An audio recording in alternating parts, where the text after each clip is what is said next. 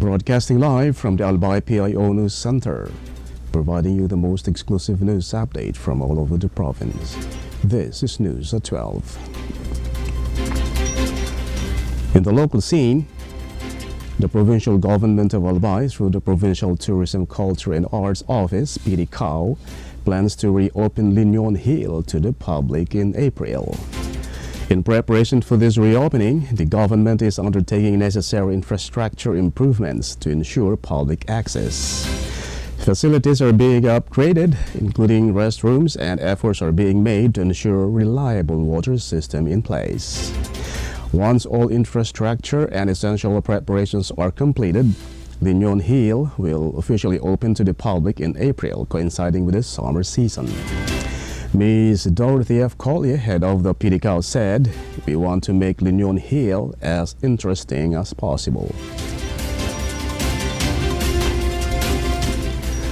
In other story, the head of the Public Employment Service Office, Alice Alting, emphasized the critical role of information technology in employment services during a meeting with Bicol University IT students on Monday, January 27, 2025. In his preparations, Alting provided an update on the current job market and highlighted the significant contributions IT students can make in enhancing technology and employment services in the province.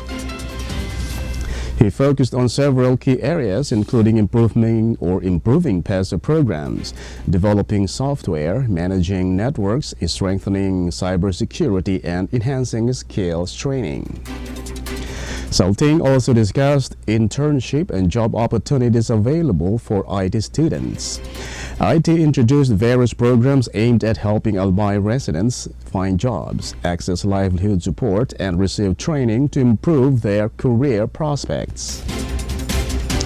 The Bicol University IT students actively participated in the discussion, asking questions and offering suggestions for potential partnership and ways it can enhance PESO Albay's digital system.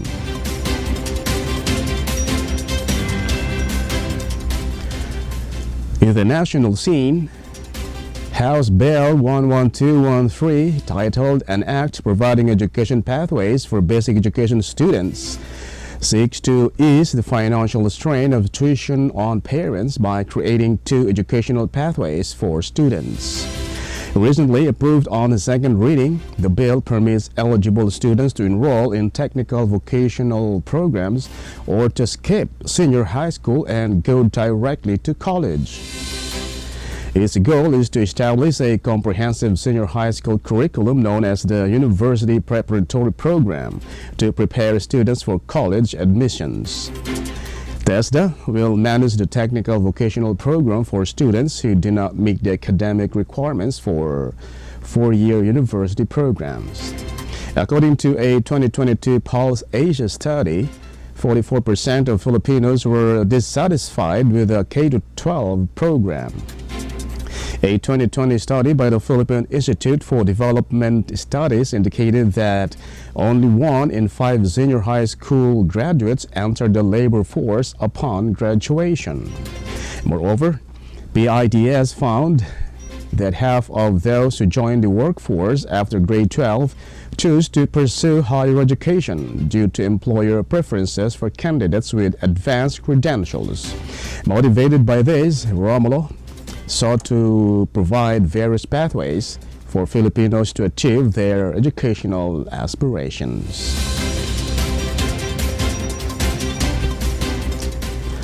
In other story, President Ferdinand Marcos Jr. announced that due to a legal challenge to the General Appropriations Act by the Supreme Court, the retained 2025 national budget does not contain any blank items.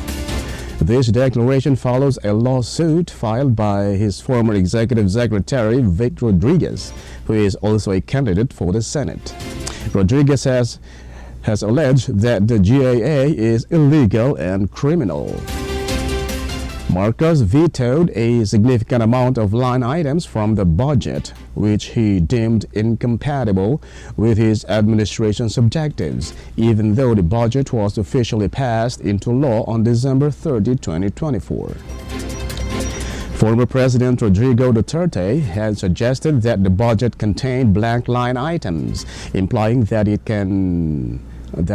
operated like a blank check mechanisms for future allocations.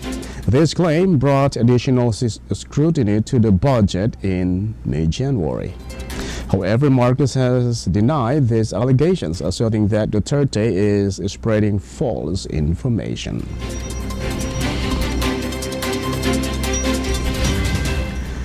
In other news, President Ferdinand Marcos Jr. called on the country's attorneys to maintain high professional standards, practice integrity and service, and commit to truth and fairness as agents of justice. He stated that his administration wants to help attorneys by ensuring a legal system that is effective, fair, and based on the rule of law. As he welcomed 3,962 new attorneys at the convention, he noted that the Integrated Bar of the Philippines, which is the official group for all Filipino lawyers, met in Cebu City to discuss its impact on the legal system. President Marcos pointed out that the recent approval of the Code of Professional Responsibility and Accountability requires all lawyers to follow high ethical standards, marking a significant improvement. He also praised the IBP's work to enhance its services, including the Unified Legal Aid Service rules, which require lawyers to provide at least 60 hours of free legal help to poor Filipinos every 3 years. To make justice more accessible to citizens, the government has passed 14 new laws to create more first and second level courts across the country.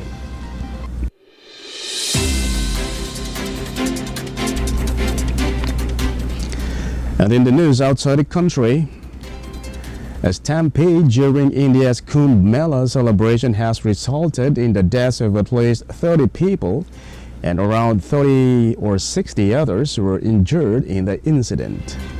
Officials estimate that at least 100 million individuals participated in the Hindu holy event, taking ritual bath in the river. According to the initial inquiry by authorities, some individuals broke through barriers to access the river for bathing. Indian Prime Minister Narendra Modi expressed his condolences to the families of the victims.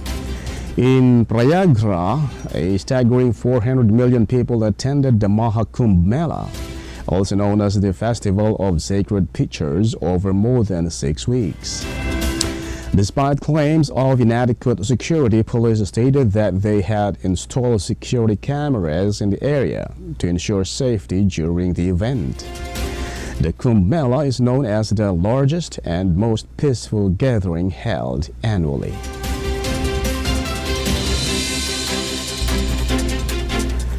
And finally, in the news outside the country, the White House's directive to block government grants and loans has been temporarily halted. This decision comes after a judge issued a temporary stay on the order until Tuesday. An action followed a request from a group of recipients who sought to suspend the order in court. The interim head of the White House Budget Office has directed all agencies to temporarily cease operations related to the obligation or distribution of federal financial assistance. The White House aims to give the incoming administration's time to assess how grants and loans will be affected. On Monday, President Donald Trump announced that federal grants and loans would be discontinued to save government spending. And that's all for the 12 o'clock news break, January 31st, 2025. We'll be back next week for more news updates. And thanks to our 12 o'clock news break writer, LJ Lurejo and Don Roquion. And on the technical side, Chad Bobis. Of course, our Provincial Information Officer, Mary Luduque Castillo. And under the supervision of our Governor, Baby Glenn Daong Bungao. I am Greg Hallare. Thank you for subscribing.